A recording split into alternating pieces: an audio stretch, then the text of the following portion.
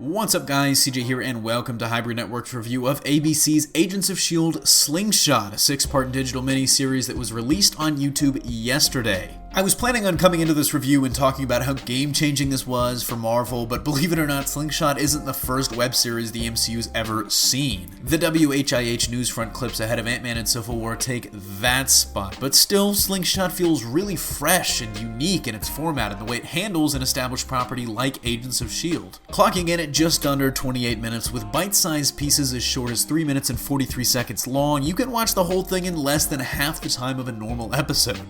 Hell, you probably couldn't even order a pizza faster, but that helps and hurts Slingshot in different ways. The series centers around Yo-Yo Rodriguez, the team's resident super speedy Inhuman who went by the name Slingshot in the comics, but interestingly hasn't been called that at all in the show itself. Set before Agents of S.H.I.E.L.D.'s current season, it follows Yo-Yo, fresh out of signing the Sokovia Accords in a post-Civil War world, struggling with the Accords' regulations and restraints. Eventually, this leads to Yo-Yo going rogue to track down her cousin's killer, former corrupt Colombian cop Victor Ramon, who, along with Yo-Yo, debuted in the episode Bouncing Back from Season 3. Now, Ramon just happens to be selling a powerful weapon to the Watchdogs for them to use in their war against the Inhumans. That weapon is actually also another great callback, the Peruvian 084 from the first season and the show's second episode ever, a World War II-era Tesseract-powered laser created by Hydra.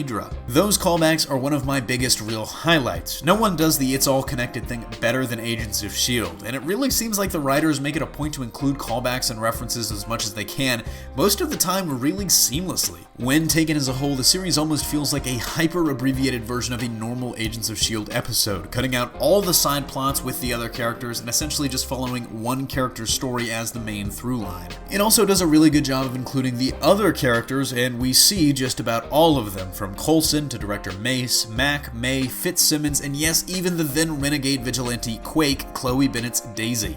But on the more negative side of things, the series suffers from a lot of the issues AOS does as a whole. I mean, some of the writing can feel really stilted, and while this season has been a lot better, Slingshot almost feels like an episode from seasons past, with the kid gloves firmly on and therefore relatively safe and predictable. When binge-watched, it also feels kind of abrupt. I mean, it flows together, but it's kind of like flowing, you know, this plot is developing, and then all of a sudden it happens, and then it feels like the conclusion is just kind of rushed to, mainly because it's only 6 episodes long, and like I said, it's only 28 minutes. I think a lot of that has to do with the fact that like I said, if this was a normal episode, it wouldn't feel as rushed because it was surrounded by all these other plot elements, and it kind of, you know, if it took an hour to develop, it's like, okay, so maybe some stuff has been going on behind the scenes, but when you watch them back to back to back like I did, it really just kind of felt like they rushed to it, as I said. At the end of the day, it won't change anyone's minds. If you love Agents of S.H.I.E.L.D., chances are you'll like the miniseries very, very much. If you don't, you won't. It's pretty much that simple. Overall, I'll give Agents of S.H.I.E.L.D. Slingshot a 7 out of 10. In short, it is what it is, nothing more, nothing less, and it's kind of hard to fault it for that. Personally, I enjoyed it as someone that's been watching the show since it debuted, and of course occasionally reviewing it for the channel back in the earlier days, and it was really cool especially to see a lot of those callbacks to episodes that I actually watched and reviewed for the channel.